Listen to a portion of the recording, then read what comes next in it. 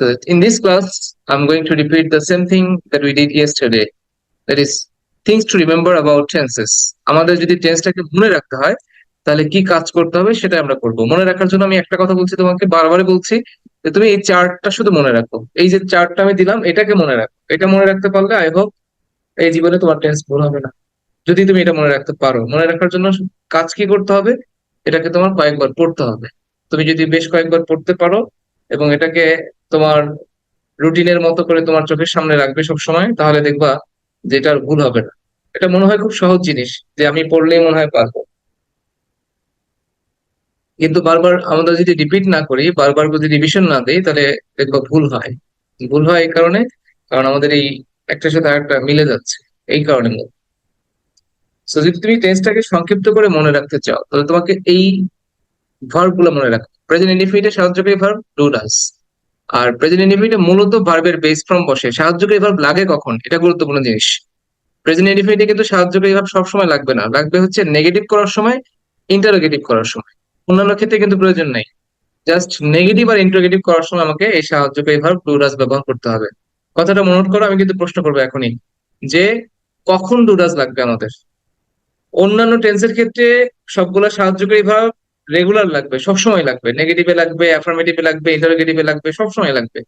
But in present indefinite and past indefinite, that means simple present and simple past, এই দুইটা টেন্সের ক্ষেত্রে আমাদের সাহায্যকারী ভার্ব লাগবে শুধুমাত্র নেগেটিভ আর ইন্টারোগেটিভ করার সময়। আমি কথাটা আরেকবার রিপিট করি, শুধুমাত্র প্রেজেন্ট ইনডিফিনিট এবং পাস্ট ইনডিফিনিট, দ্যাট মিনস দুইটা টেন্স যেটাকে আমরা অপর নামে simple past and simple present করে চিনি, এই দুইটা টেন্সে সাহায্যকারী ভার্ব লাগে নেগেটিভ করার সময়, ইন্টারোগেটিভ করার সময়। কোনটা? Do does. এবং পাস্ট ইনডিফিনিটে ডিড। এটা নেগেটিভ করতে গেলে লাগবে, ইন্টারোগেটিভ করতে গেলে লাগবে, কিন্তু অ্যাফার্মেটিভ বাক্যে লাগবে না। অ্যাফার্মেটিভ বাক্যে আমরা নর্মালি একটা বাক্য তৈরি করি, যেমন আই ইট রাইস। এখানে কিন্তু আমি কোনো সাহায্যকারী ভার্ব ব্যবহার করি নাই, আমি কিন্তু বলি নাই আই ডু ইট রাইস। অথবা হি গোজ টু স্কুল, এখানে কিন্তু আমরা বলছি না he does go to school. কারণ কি? কারণ হচ্ছে এই ডু বা ডাজ আমাদের ব্যবহার করতে হয় শুধুমাত্র নেগেটিভ এবং ইন্টারোগেটিভ করার সময়। কথাটা ভালো করে শোনো, আমি কিন্তু এখনই তোমাদের যে কাউকে জিজ্ঞেস করবো যে ডু ডাজ কখন লাগবে। প্রেজেন্ট ইনডিফিনিটে ডু ডাজ লাগবে কখন? যখন কোনো বাক্যকে আমি নেগেটিভ করতে চাইবো অথবা ইন্টারোগেটিভ করতে চাইবো। যেমন do you go to school আর ডু ইউ ইট রাইস, এই যে নেগেটিভ বা ইন্টারোগেটিভ করতে গেলে আমাদের সাহায্যকারী ভার্বের সাহায্য নিতে হবে, আদারওয়াইজ লাগবে না। এই কারণে আমি লিখেছি normally main verb is used. আর ভার্বের কোন ফর্মটা বসে? ভার্বের বেস ফর্মটা বসে। Okay, fine. The next one, present কন্টিনিউয়াসে আমাদের সাহায্যকারী ভার্ব হচ্ছে এম, ইজ, আর, এবং ভার্বের সাথে বসবে আইএনজি যুক্ত করতে হবে। প্রেজেন্ট পারফেক্টে হ্যাভ, হ্যাজ ভার্বের past participle form. Present perfect কন্টিনিউয়াসে হ্যাভ বিন, হ্যাজ বিন। দেখো, একটা টেন্সের সাহায্যকারী ভার্বের সাথে অন্য টেন্সের সাহায্যকারী ভার্বের কিছুটা হলেও পার্থক্য আছে, কখনোই একরকম হবে না। যেমন হ্যাভ, হ্যাজ প্রেজেন্ট পারফেক্টে আছে, কিন্তু পারফেক্ট কন্টিনিউয়াসে আছে হ্যাভ বিন, হ্যাজ বিন, তাহলে একটু হলেও চেঞ্জ থাকবে। প্রত্যেকটা টেন্সের মধ্যেই সাহায্যকারী ভার্বটা ভিন্ন হয়, একই রকম সাহায্যকারী ভার্ব সাধারণত হয় না। তাহলে হ্যাভ বিন, হ্যাজ বিন বসবে প্রেজেন্ট পারফেক্ট কন্টিনিউয়াসে। এবং গতকালকে বলেছি, আরেকবার বলে দিই, যে ভার্বের ক্ষেত্রে ভার্বের কোন ফর্ম বসে সেটা মনে রাখার উপায় হচ্ছে যখন শুনবা কন্টিনিউয়াস শব্দটা আছে, সেটা present continuous, past continuous, future continuous, অথবা present perfect continuous, past perfect continuous, future perfect continuous, যেখানেই কন্টিনিউয়াস শব্দটা পাচ্ছ ভার্বের সাথে আইএনজি যুক্ত করবা। এটা হচ্ছে কাজ। এবং পারফেক্ট শব্দটা মনে পারলেই, মানে পারফেক্ট শব্দটা যখনই তুমি শুনবে সেখানে ভার্বের পাস্ট পার্টিসিপল ফর্ম বা ভার্ব থ্রি ব্যবহার করতে হবে। এই হচ্ছে কাজ। বাকি তিনটাতে সমস্যা হয়। তিনটা হচ্ছে প্রেজেন্ট ইনডিফিনিট, পাস্ট ইনডিফিনিট এবং ফিউচার ইনডিফিনিট। এগুলো একটু পরে ধাপে ধাপে আমরা আসছি। প্রেজেন্ট ইনডিফিনিটে বলেছি ভার্বের বেস ফর্ম বসে, পাস্ট ইনডিফিনিটে বলবো পাস্ট ফর্ম। পাস্ট ইনডিফিনিটে সাহায্যকারী ভার্ব কি? ডিড।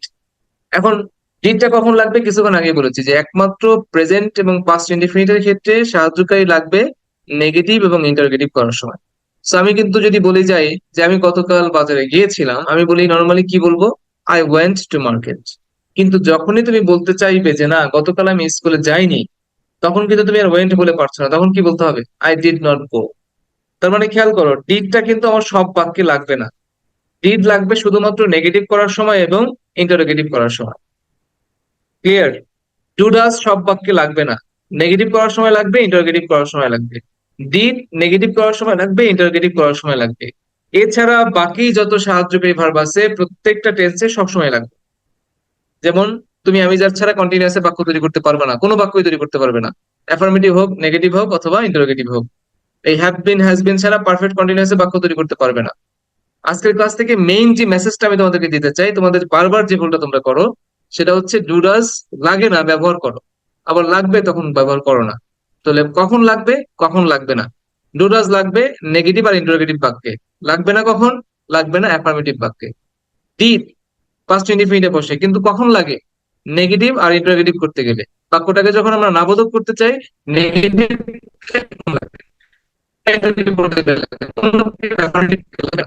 কিন্তু অন্যান্য সকল সাহায্যকারী ভার্ব সবগুলো বাক্যেই লাগবে, অ্যাফার্মেটিভ হোক, নেগেটিভ হোক অথবা ইন্টারোগেটিভ হোক।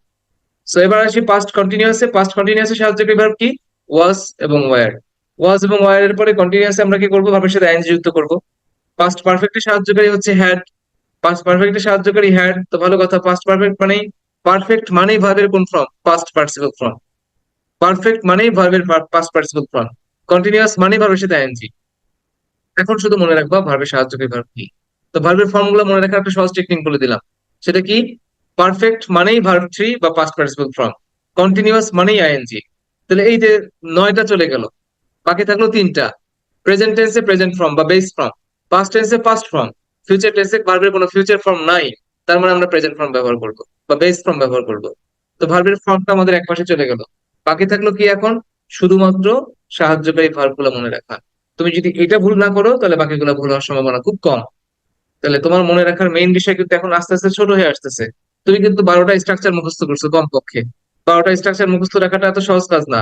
তো এখন তোমাকে যদি আমি বলি যে 12টা স্ট্রাকচার মনে রাখার দরকার নাই, জাস্ট টেন্স অনুযায়ী মনে রাখো যে এই টেন্সে সাহায্যকারী ভার্ব কি, তাহলে তোমার জন্য এটা মনে রাখাটা একবারে সহজ। এবং তুমি চাইলে এখন স্ট্রাকচার নিজে বানাইতে পারবা। কিভাবে বানাবা? এই সাহায্যকারী ভার্বের আগে একটা সাবজেক্ট দিবে এবং এই মূল ভার্বের পরে একটা অবজেক্ট দিবে, এই তো স্ট্রাকচার হয়ে গেল। সাহায্যকারী ভার্ব গুলোর আগে একটা সাবজেক্ট এবং এই ভার্ব মূল ভার্ব গুলোর পরে একটা অবজেক্ট বা এক্সটেনশন, তাহলে তো স্ট্রাকচার হয়ে গেল। আমাকে স্ট্রাকচার মুখস্থ করার কোনো প্রয়োজন নাই। তুমি জাস্ট মনে রাখো যে ভার্বের কোন ফর্ম গুলো বসে। এবং আরেকটা জিনিস মনে রাখবে, সেটা হলো সাহায্যকারী ভার্ব গুলো কি, কোন টেন্সে সাহায্যকারী ভার্ব গুলো কি। So I hope this is very important class, এবং তুমি যদি এটা মনে রাখতে পারো আমি নিশ্চিত তোমাকে গ্যারান্টি দিয়ে বলতেছি যে তুমি টেন্সে আর ভুল করবে না। এই নিশ্চয়তা আমি তোমাকে দিতে পারি যদি তুমি আমাকে এতটুকু নিশ্চয়তা দাও যে না স্যার, আমি কোন টেন্সে সাহায্যকারী ভার্ব কি সেটা মনে রাখবো এবং কোন ফর্ম গুলো বসে সেটা মনে রাখবো। So আমি এবার একটু ফিডব্যাকে যাবো, দেখি আমরা কতটুকু মনে